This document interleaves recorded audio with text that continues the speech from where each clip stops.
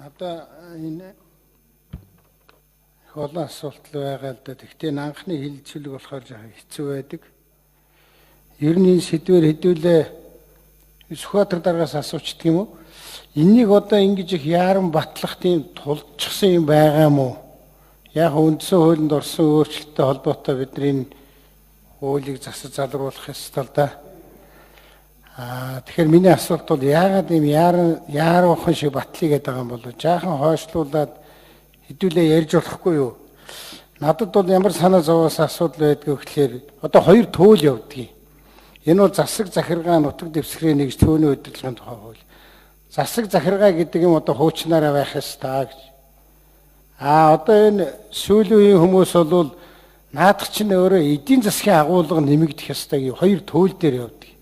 Би бол тэрнийг жаахан прагматик байдлаар аль альныхын зөв юм шиг мөртлөө одоо өнөөдөр юм байгаа байхгүй аймгийн төвөөс нэг 50 км дотор байгаа 43 сум байна. 5-аас 25 км-ийн зайтай хоорондоо байгаа сумд бас нэлээх байгаа.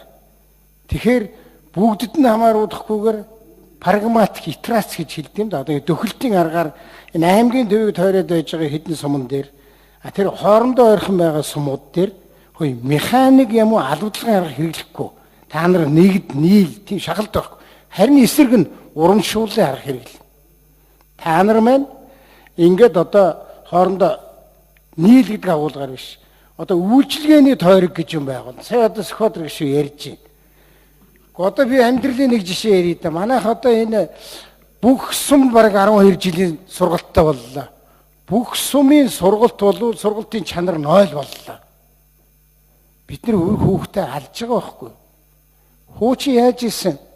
Аймаг дээр нэг 10 дээр үехээр бол 10 жилийн сургууль, сумдын дунд нэг 10 жил, дахиад тэр сумдын дунд нэг 10 жил. Дээр үехээр бол 8-аас дээш 9-10 дугаар ангидаа өөр газар очиж ийм тойргийн шинжтэй сургалтанд хамрагддаг. Тэнд чанартай багш байдаг, тэнд байр байдаг, дотор байр, бүх юм боломжтой.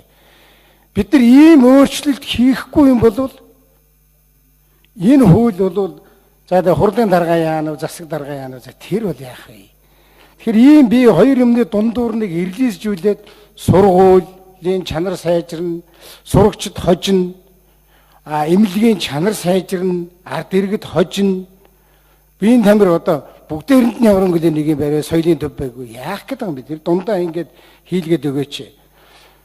Ийм иргэд хожихууц нөхцөлийг нь иргэдэд сайн хэлээд өгвөл манай иргэд манай нутгийн зааг гэдэг одоо димээрэд байхгүй л дээ. Өнөөдөр бид нар шал өөр юм хөгжүүлж байгаа. Хөгжүүлж байгаа гол буруут нь их хурл шүү. Их хурлын тойрогч нь буруу байгаа. Аймагчсан байгаа. 16 онд сумжсан байсан. Бид өөрснөө ингээд ард иргэдтэй ингүүл таны үр хөөхөд та хожино гэдэг юмыг хууль тогтоож гаргаж өгөхийн оронд бид нар өөрийнхөө эрх ашиг тохируулаад алтуйг энэ тойрогоос дахиж гаргахын тулд яаж сонгуулийн хуулийг хийх вэ гэж хийж байгаа нь энэ улсыг алж байгаа. Тэгэхээр би ийм асуудлуудаа буцаж орж яриач. Одоо тэр ганцхан над миний асуулт хариулж шээс. Одоо тэр шинэ үндсэн хуулиар чинь бол улс төржилтийн чинь зогсооно гэд одоо сумын төвшөнд байна уу? Аймгийн төвшөнд орохгүй юм уу тэр? Тэр гэдэг нь одоо дараа 20-24 оноос хэрэгжих хууль дээр бол нэр дэвшүүлтийн тухай асуудлыг ярьж байна. Бүлэг байгуулах тухай асуудлыг би ярьж байна. Энэ миний чинь ингэж янзлмаар байгаа. За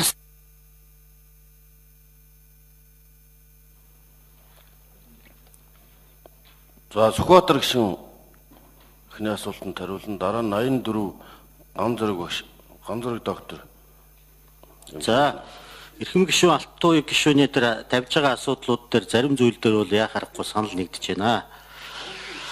Тэр сүүлийн асуултаас эхлэхэд л ер нь бол энэ орон нутгийн дотроо бид нар бас нэг зааглах шаардлага байна. Би бас энэ чиглэлийн цагтаа бас судалгаа хийж ирсэн юм л дээ.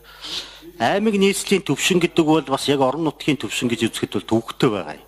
Одоо Пол Шмидтийн орнууд үзэх юм бол төвсгийн газрын орон зай дээр байгаа нутгийн удирдлагын судлаачид үздэг. Бид нар бол цаашдаа ч гэсэн миний байр суурь бол аймаг нийслэлд бол төв засгийн газар ноёрхож явах ёстой гэж одоо юуны хэллэгээр ярих юм бол гэж орон зай үздэг. Тэгэхээр аймгийн төвшөнд бол улс төрийн намууд бэхжих ёстой. Харин сум баг хороо дүүргээс намууд гарах ёстой. Ажилтнанд хэлэхэд гарах ёстой гэж үздэг. За Хоёрдугаарт тэр юунуудын асуудал байгаамаа. Ер нь энэ орон нутгийн энэ манай нэгжийн хуулиар шууд шийдэхгүй. Бид бол хаалгыг онгойлгож өгч байгаа. Ер нь их хурл засгийн газар улс төрийнхаа манлайлал хүсэл зоригоор тэр бусад орнууд байдаг тэр засгийн шинтгэлийг өдөрдох хороо байна уу яамаа ажилуулмаар байгаамаа. Цагтаа одоо их хурлын гишүүн байхдаа би энэ асуудлыг байнгын орон даргахтаа тавиад засгийн шинтгэлийг өдөрдох хороо байгуулъя гэсэн чинь тухайн үед засгийн газар дээр байсан төрийн албаны зөвлөлийн нөхдүүд тэрийг жонхооруулаад төрийн албаны шинтгэлийг өдөрдох хороо олгоод ингээд замхарч ийсэн. Тэгэхээр энэ асуудлыг бол явуулах ёстой. Чимэд өгчтэй би энэ хитрхи жижиг одоо аймагуд ч асуудал үүсгээд байна шүү дээ. Хот тосгон хөгжих цаад болж байна. Харин тийм ээ. Бид нэр 10-аад аймаг байхаар л тооцсон гэж.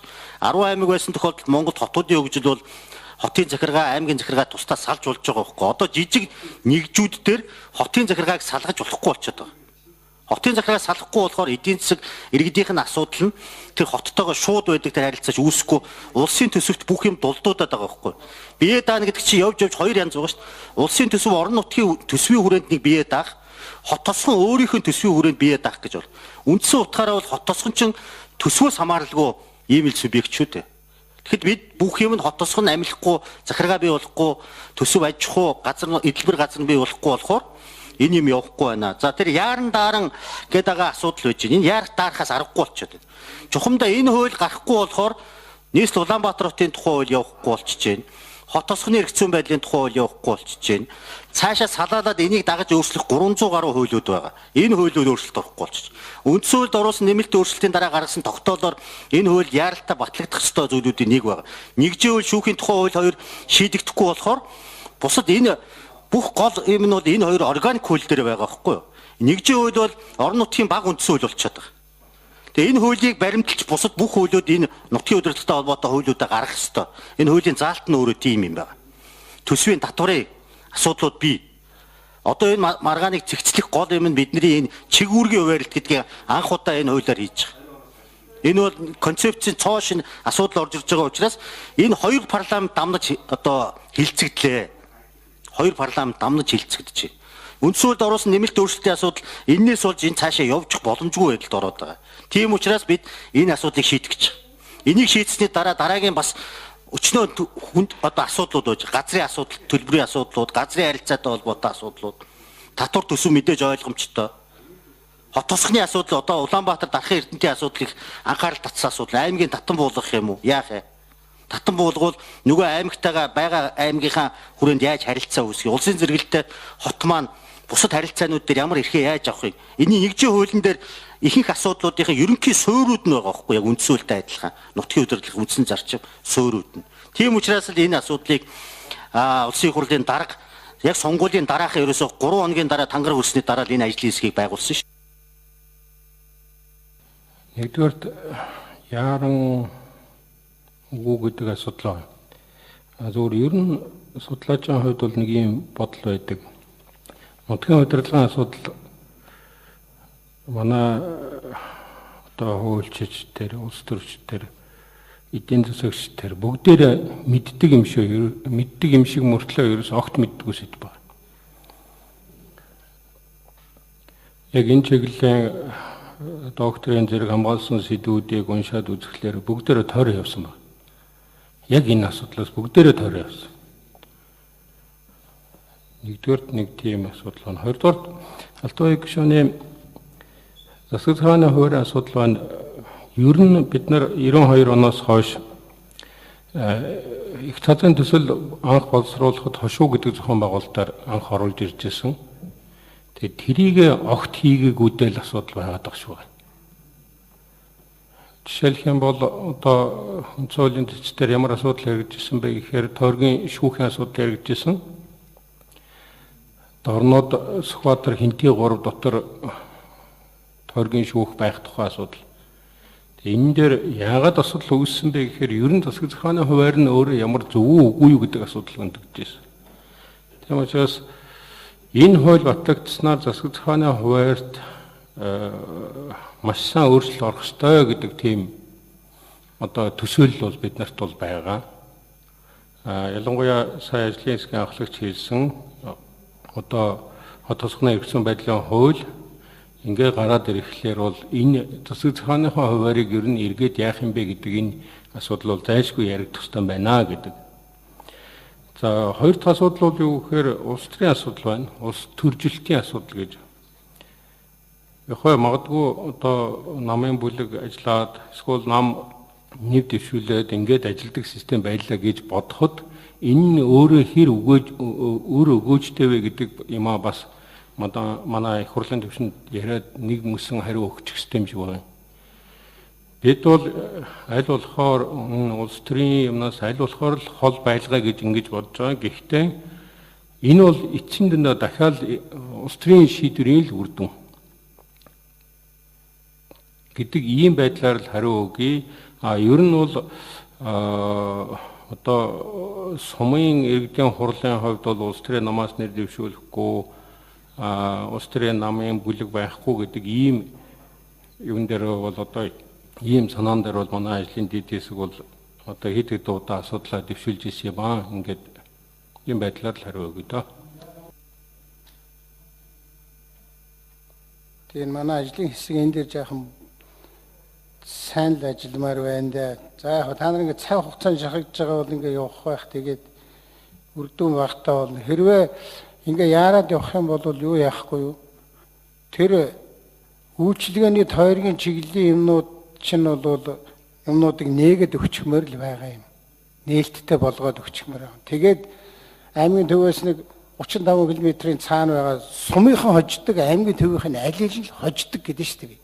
Аль аль нь хождог. Магадгүй тэр сумын тэндээ байх мөртлөө үр функц нь өөрчлөгддөг. Сургалт нь бол аймгийнхаа төв дээр явдаг. Тэнд нь бол арай жаахан эрчимдсэн мал аж ахуй байдаг юм уу? Заавал эрчимдсэн ч байх алгүй. Илүү мал аж ахуй газар тариад нь тэр чиглэлийн юм ингээд аймгаа тэтгдэг гэдэг. Энэ манай гишүүдийн хэлээд байгаа түрүүнд орж ханд ярьлаа, цогтгэрл ярьлаа. Эдгээр чинь бол ийм амьд организм яриад байгаа байхгүй. Бид нар ийм тастаад ингээд